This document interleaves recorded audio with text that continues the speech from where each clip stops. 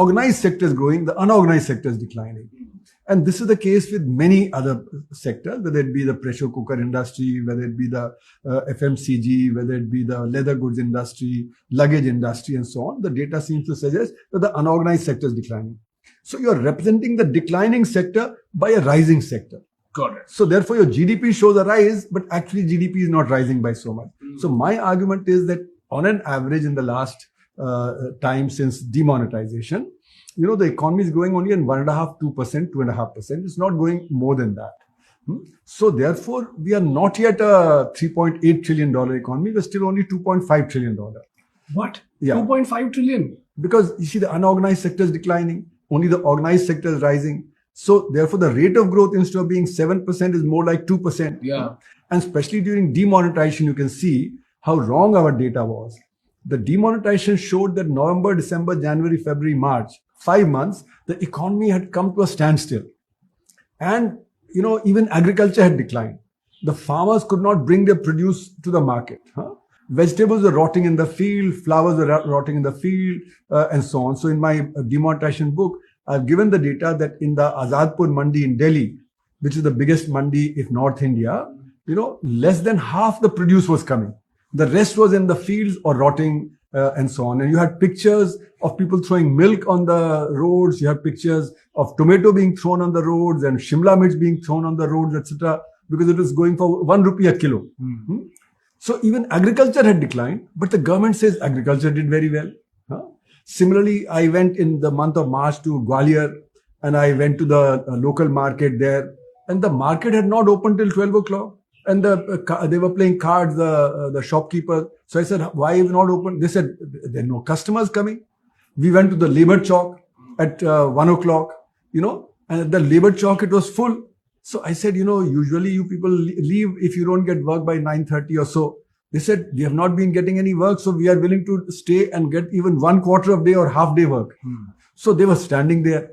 So in other words, the economy was down for 5 months. There was negative growth.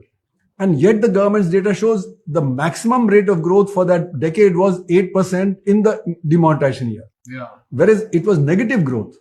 Because 5 months there was negative. Only for 7 months there was positive. And this negative was very large. You even saw luxury car sales decline. Yeah. You saw a demand for storage increase because factories were not able to sell their produce. And the unorganized sector did not have money to pay wages, did not have money to buy raw material, and therefore they had shut down. So it was clear evidence that the economy was negative, but the official data was showing it as 8% rate of growth. So you can tell how much error there is. Yeah. And then the other thing that I've been pointing out is that what we do is we project from the previous year to the next year using high frequency data. What is that, sir? High frequency data means that which comes every month, the data. So that's called high frequency. So low frequency will mean that it'll come only sometimes. High frequency means it comes very regularly.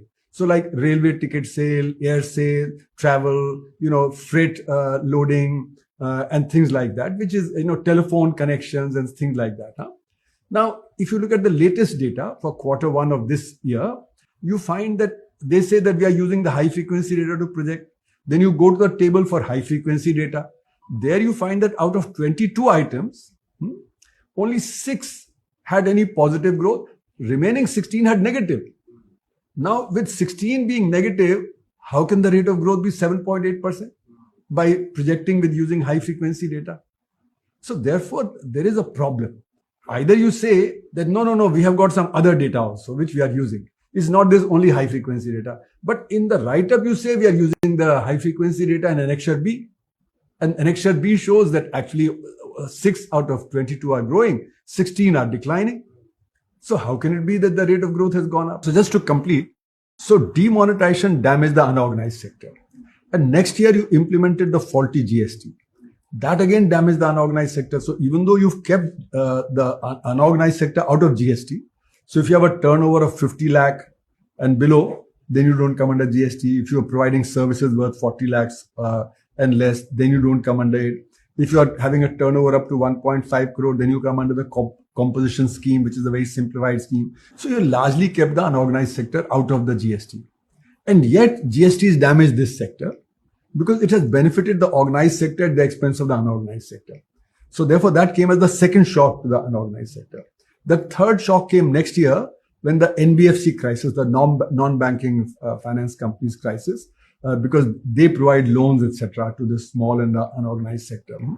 So that crisis came. So three shocks came one after the other. And then in 2020, 21, you had the pandemic. And again, the lockdown, it impacted the unorganized sector very badly. You know, from the cities, people migrated to the rural areas, production came down and so on. So 4 shocks. So this idea that we can project from previous year to the next year, but the next year is a shock year. So how can you project from the previous year? That data doesn't apply. And then the next shock came. Then the next shock came. So the data goes wrong because you're projecting the wrong data to the year of the shock, and then from the year of the shock to the next year. So you're always overestimating. So that is where the problem is, because if the rate of growth is healthy this year, it doesn't mean in the demonetization year it was healthy.